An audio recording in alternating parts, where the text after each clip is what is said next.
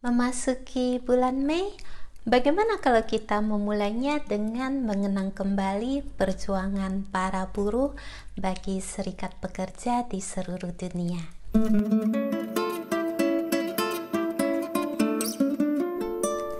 Pada akhir abad ke-18, ketika kemajuan di bidang industri merambah ke banyak sektor, manusia menjadi ujung tombak untuk menjawab berbagai kebutuhan produksi.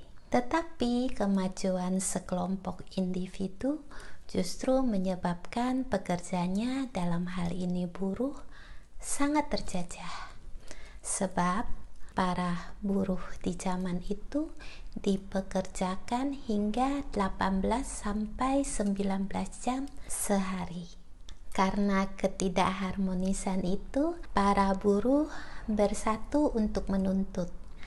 Sengketa antara pihak pekerja dan perusahaan terus berlanjut. Konflik pertama tercatat tahun 1806, yaitu terjadi pemogokan kerja di perusahaan Cosweiners. Kemudian sejarah mencatat tuntutan 5 September 1882 di kota New York mengawali sebuah konsep bagi buruh, yaitu 8 jam kerja, 8 jam istirahat, dan 8 jam rekreasi. Pada tahun 1886, 400.000 buruh kembali berunjuk rasa. Demo berlangsung 4 hari dan dimulai sejak tanggal 1 Mei 1886. Mereka terus menuntut pengurangan jam kerja hingga polisi turun tangan. Korban jatuh tak terhindarkan. Kejadian tersebut berlangsung di depan Haymarket Chicago.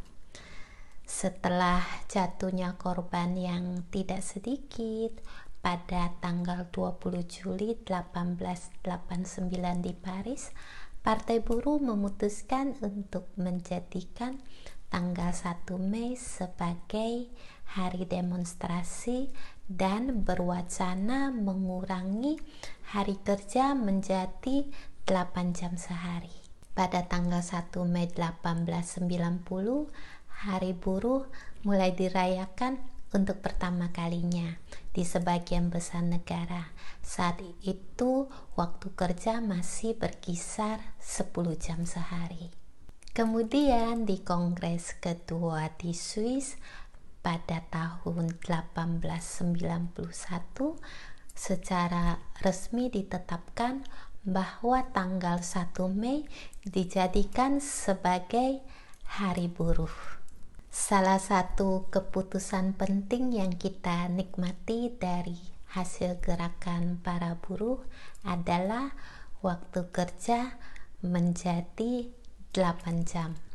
Pengurangan waktu kerja tidak berarti pengurangan upah, serta adanya upah lembur ketika karyawan di level tertentu bekerja di luar jam tersebut. Fatwa Serikat Pekerja Buruh memungkinkan hak setiap individu menerima UMR setempat hingga upah pensiun. Di Indonesia, 1 Mei ditetapkan sebagai hari libur resmi mulai tahun 2014 pada pemerintahan Presiden Bapak Susilo Bambang Yudhoyono. Tetapi, suka atau tidak, pengurangan karyawan akan terus bertambah. Dengan kemajuan industri di bidang mekanik, pekerjaan monoton perlahan digantikan mesin, sehingga pengurangan tenaga manusia tak terhindarkan. Entah apa yang akan terjadi di masa depan dengan bursa tenaga kerja. Yang jelas di Perancis hari ini tanggal 1 Mei adalah hari di mana kami membawakan atau mendapat setangkai bunga muge untuk atau dari orang yang kita kasihi. Bunga muge juga disebut lily of the valley atau bunga lili lembah. Bunga berbentuk lonceng kecil berwarna putih ini menandai jantung waktu dari musim semi atau kembalinya hari-hari cerah. Tradisi pemberian bunga muge sebenarnya sudah berlangsung sejak tanggal 1 Mei 1561 pada pemerintahan Raja Charles ke-9. Saat itu para pangeran dan raja membuat karangan bunga untuk diberikan pada kekasih mereka.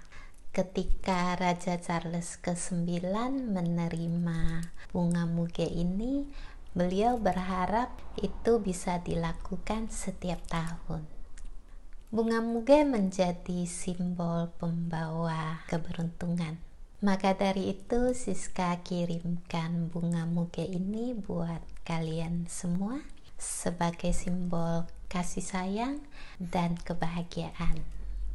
Selamat menyambut bulan Mei. Semoga kita semua tetap bersemangat menjalani proses-proses kehidupan.